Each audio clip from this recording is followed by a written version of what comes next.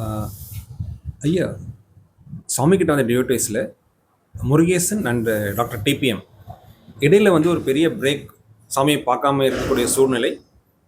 அவங்க திரும்ப ஒரு பல வருஷங்களோ பல மாதங்களோ கழிச்சு வரும்போது சாமி காட்டின அந்த எக்ஸ்பிரஷன்ஸ், அதே போல் அவங்களோட தேகம் துறக்கிறதுக்கு முன்னாடி கடைசி அவங்க பார்த்து சாமி பார்த்துட்டு போகும்போது அப்போ சாமி காட்டின எக்ஸ்பிரஷன்ஸ், இது வந்து ஒரு சாட்சியம் வந்து பார்த்துருக்கீங்க. அந்த மாதிரி என்ன மாதிரி ஒரு எக்ஸ்பிரஷன் சாமி கொடுத்தாங்க? அது ரெண்டு வேறுபட்ட சூழ்நிலைகள். டாக்டர் டிபிஎம் வந்து 1976 வந்தவர், 1976 வந்தவர், புன்னமரத்தடியிலே வந்தவர். அப்போ சாமியினுடைய உன்னதமான ஒரு நிலைமையை வந்து அவர் தான் முதல்ல புரிஞ்சுக்கிட்டார். சாமியுடைய ஸ்டேட்மெண்ட் படி இந்த பிச்சைக்காரனை பற்றி ஏதாவது கொஞ்சமாவது யாராவது தெரிஞ்சிருக்காங்கன்னா அது டாக்டர் டிபிஎம் மீனாட்சி சுந்தர் ஒருத்தர் தான், வேறு யாருமே கிடையாது அப்படின்னாரு. அவர் இந்த டாக்டர் டிபிஎம் வந்து டிரான்சென்டென்டல் மெடிடேஷன் மகேஸ்வரியுடைய பிரதமர் சிஷியர். அவரே நிறைய யோகா கற்றுக்கிட்டவர். ஆனால் அதிலெல்லாம் ஒன்றுமே கிடையாது, வெறும் வித்தைகள்னு நினச்சிட்டு நல்ல ஒரு ஞானியை தேடிக்கிட்டு இருந்தார். சாமியை அவர் பாதையில் வந்தார். அவர் பாதையில் வந்தோன்னா சாமியை சிக்கன்னு பிடிச்சிக்கிட்டார். சாமிக்கும் அவருக்கும் உள்ள இடையில உள்ள தொடர்பு அவ்வளவு ஒரு அற்புதமான ஒரு ரிலேஷன்ஷிப். சாமி மேலே அவர் காட்டின ஒரு பக்தியை பார்த்திங்கன்னா அப்படி ஒரு பக்தி. சாமி முன்னால் அவர் கல்லாட்டம் அப்படியே அசையாமல் உட்கார்ந்துருப்பார். சாமியோட வயசில் மூத்தவர் டாக்டர் டிபிஎம். அவரை சாமி பார்க்க வந்த டிவோட்டிஸ் எல்லாம் ரெண்டு பேரையும் புதுசாக வந்தவங்களாம் ரெண்டு பேரையும் பார்த்துட்டு டாக்டர் டிபிஎம் தான் சாமி நினச்சிட்டு அவருக்காக நமஸ்காரம் பண்ணுவாங்க. அப்பயும் அவர் கொஞ்சம் கூட சலனப்படவே மாட்டார். சாமி அவர் கையில் ஒரு பழத்தை கொடுத்து அவங்க கையில் கொடுக்க சொல்லுவார், கொடுப்பார், அவரும் கொடுப்பார். இப்படிலாம் நடக்கும், நிறைய நடக்கும். ரெண்டு பேரும் சாப்பிட்ட ஒரு பாத்திரத்தில் ரெண்டு பேரும் கையை கழுவிட்டு அந்த தண்ணி வந்து சிஷ்ட பிரசாதம் யாருக்கெல்லாம் தேவையோ அவங்க குடிச்சிக்கிடலாம். இது வந்து அப்பாவுடைய பிரசாதம் யாருக்கு வேணும்னு கேட்டார். அங்குள்ள எல்லாருமே ஆர்வமாக வாங்கி கொடுத்தாங்க. அந்த மாதிரி அவருடைய கை கழுவுன தண்ணியையும் இவர் டாக்டர் டிபிஎம் கை கழுவுன தண்ணியும் உச்சிஷ்ட பிரசாதமாகவே அங்குள்ள டிவோட்டிஸ் எல்லாத்துக்கும் கொடுத்தார். அப்புறம் வந்து திடீர்னு ஒரு கேப் விழுந்தது. அது வந்து சாமிகிட்ட டாக்டர் டிபிஎம் அழைச்சிட்டு போன ஒரு ப்ரொஃபஸர், அவர் வந்து சாமி பற்றி சில தவறான புரிதல் காரணமாக இவர்கிட்ட வந்து ஏதோ சொல்ல, அவர் மனசு வருத்தப்படக்கூடாதுங்கிறதுக்காக சாமிகிட்ட போகிறதை இவர் தவிர்த்தார். யார்? Doctor dBm. டாக்டர் டிபிஎம் பெரிய அறிஞர். அந்த பிரம்மம் எல்லா இடத்துலையும் இருக்குது, நமக்குள்ளேயும் இருக்குங்கிறத தெரிஞ்சுக்கிட்டதுனால நேரடியான ஒரு தரிசனம் பண்ணுறதுக்கு அவரை மீறி போக வேண்டியதில்லை நினச்சிட்டு உள்ளூரே வச்சுக்கிட்டார் சாமியை. அப்புறம் வந்து அவருக்கு வந்து கேன்சருங்கிற கொடிய நோய் வந்தது. அப்புறம் கேன்சர் இன்ஸ்டியூட்டில் போய் ஜாயின் பண்ணுறதுக்கு முந்தைய சாமியை பார்க்கணுங்கிற ஒரு ஆர்வம் இருந்தது. அப்போ வந்தார். அப்போ கீவா ஜெகநாதன் அங்கே இருந்தார். அவர் தன்னுடைய பாடல்கள் நிறைஞ்ச புக்கு அன்பு கதமுங்கிற புக்கை வந்து ரிலீஸ் பண்ணுறதுக்காக வந்திருக்கார். அப்போ டாக்டர் டிபிஎம் வந்திருக்காருன்னு தெரிஞ்ச உடனே சாமி கழுத்தில் பெரிய ஒரு துளசி மாலை போட்டிருந்தார். அது மாலையை தூக்கி எழுதிட்டு சாமி அவர் வரவேற்க அங்கே போனார். ஓடி அவர் கையை பிடிச்சி மெதுவாக கூட்டு வந்து தன் பக்கத்திலே உட்கார வச்சுட்டு அவர்கிட்ட சாமி ரொம்ப ஒரு ரிக்வெஸ்ட் பண்ணி கீவாஜா புஸ்தகத்தை வந்து நீங்கள் வெளியிடணும்னு சொல்ல, அவர் அந்த புஸ்தகத்தை வாங்கி ஒரு கிளான்ஸ் மட்டும் பார்த்தாரு. பார்த்துட்டு அந்த பாடல்களை பற்றி ரெண்டு வரியை கொஞ்சம் அழகாக சொல்லிவிட்டு அதுக்கப்புறம் வந்து சாமி நான் போகணும், எனக்கு இந்த மாதிரி கேன்சர் தாக்கம் இருக்குது, கொஞ்ச நாள் தான் என்னுடைய ஆயுசுன்னு சொல்கிறாங்க, நான் ஹாஸ்பிட்டலுக்கு போக வேண்டியிருக்கு, அதுக்கு போகிறதுக்கு முந்தைய உங்களை ஒரு தடவை பார்த்துட்டு போகலான்னு வந்தேன் அப்படின்னு சொல்லுவார். இது நடக்கிறதுக்கு சில வருஷங்களுக்கு முந்தையே சுவாமிகிட்ட அவர் வந்து அவருடைய ஃபேமிலி சாமி ஒரு குரூப் ஃபோட்டோவை எடுத்திருப்பாங்க. அப்போ வந்து அந்த ஃபோட்டோவை காட்டி சாமிகிட்ட அந்த ஃபோட்டோ ஒரு காப்பி பிரதி கொடுத்துட்டு சாமிகிட்ட டாக்டர் டிபிஎம் சொல்லுவார், it is not my family சாமி, இட் இஸ் யுவர் ஃபேமிலி சாமிம்பார். சாமி ததாஸ்தும்பார். இது என்னுடைய குடும்பம் இல்லை உங்கள் குடும்பம்னு சொன்னது ஒன்று, சாமி அப்படியே ஆகட்டும்னு சொல்லி சொன்னார். ஸோ அந்தளவுக்கு நெருக்கமானவர். அதுக்கப்புறம் அவர் கேன்சர் ஹாஸ்பிட்டலுக்கு இன்ஸ்டியூட்டுக்கு போனார். அங்கேயே அவர் சில மாதங்கள்லேயே அவர் இறந்துட்டார். ஆனால் அந்த கேப்லேயோ மற்றதுலேயோ அவர் என்றைக்குமே சாமி விட்டு விலகியே இருந்ததில்லை. சுவாமி அவர் மேலே உள்ள அந்த அந்த ஒரு பரவசமான ஒரு தொடர்பை அவ்வளோ அழகாக விவரித்து சொன்னார். Out of his great compassion he has come to this beggar and bless this பெகர்னார். டாக்டர் டிபிஎம் அவருடைய உன்னதமான ஒரு கருணையால் இந்த பிச்சைக்காரனை நேரில் வந்து ஆசீர்வதிச்சுட்டு போனாருன்பார். யாரை ஆசீர்வாதம் பண்ணாங்கங்கிறது தெரியாது, ஆனால் சாமி சொன்ன வார்த்தைகள் இது. Out of his compassion he has come to this beggar and he has blessed this பெகர்னு சாமி சொன்னது. அப்பேற்பட்ட டிவோட்டி அவர். அதே மாதிரி முருகேஸ்ஜி வந்து சாமியை பார்த்தது 76ல் பார்த்ததுக்கப்புறம் அவ்வளோ நெருக்கமாக வந்தார். நெருக்கமான சுவாமி அவரை வந்து என்னுடைய ராஜான்னு சொல்கிற அளவுக்கு, என்னுடைய ராஜா, அந்த குடும்பமே அதையும் உங்கள் குடும்பம்தான் சாமி அவர் முருகேசன் சொன்னதுக்கு அதையும் ஏற்றுக்கிட்டார். இந்த குடும்பமும், இந்த பிச்சைக்காரனுடைய குடும்பம், இந்த பிச்சைக்காரன் பெரிய குடும்பஸ்தன் ஆகிட்டான். அவங்களுக்கு தெரியுமா? This beggar has a family in Tuticorin and a match factory in Sivakasi. Rajadurai நாடார்னு ஒருத்தர் இருந்தார். அவர் ராம்ஜி மேட்ச் ஃபேக்ட்ரின்னு ஒரு மேட்ச் ஃபேக்ட்ரி ஆரம்பித்தார்.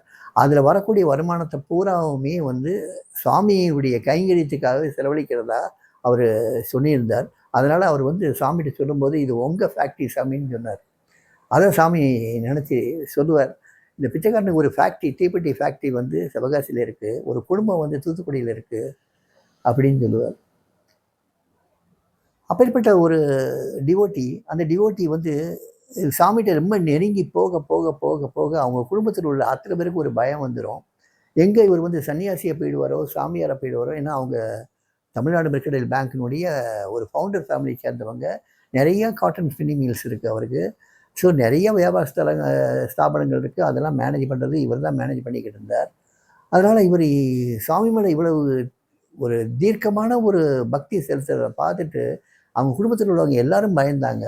பயந்து அவர்கிட்ட வந்து சொல்கிறாங்க, இனிமேல் நீ வந்து சாமியை பார்க்கக்கூடாது, சாமி நாமத்தை சொல்லக்கூடாது, சாமி படங்கள் உன் வீட்டில் இருக்கக்கூடாது, நீ சாமியை அழைச்சிட்டு சாமிகிட்ட உன் குடும்பத்தை அழைச்சிட்டு போகக்கூடாது.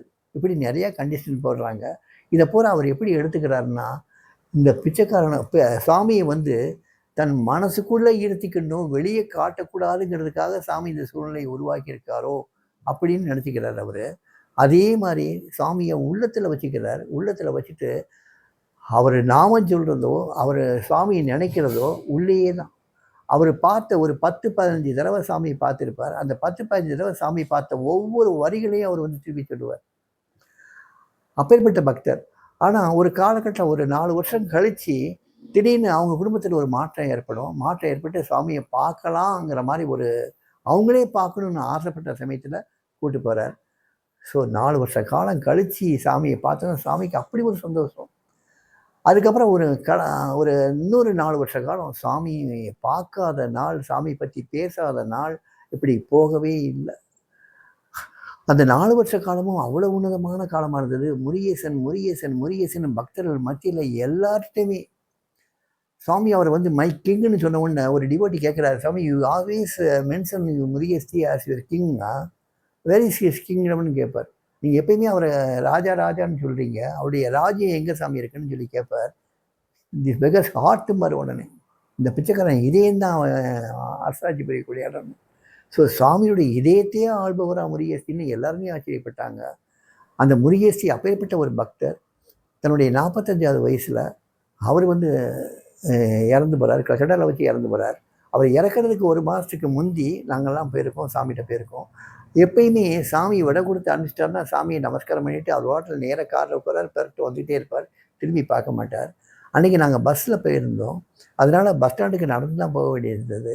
சாமியை வந்து விட கொடுத்து அனுப்பிச்சதுக்கப்புறம் சாமி அந்த சன்னதிரு வாசலில் இருந்து கையை காட்டுறாரு ஆசீர்வாதம் பண்ணுறதுக்கு. அவர் நமஸ்காரம் பண்ணிவிட்டு படிக்கட்டிலேயே நமஸ்காரம் பண்ணிவிட்டு மறுபடியும் அப்படியே போகிறாரு. அந்த தேரடி வீதிக்கு போகிற வழியில் திருப்பி திருப்பி திருப்பி பார்க்குறாரு அவரையே.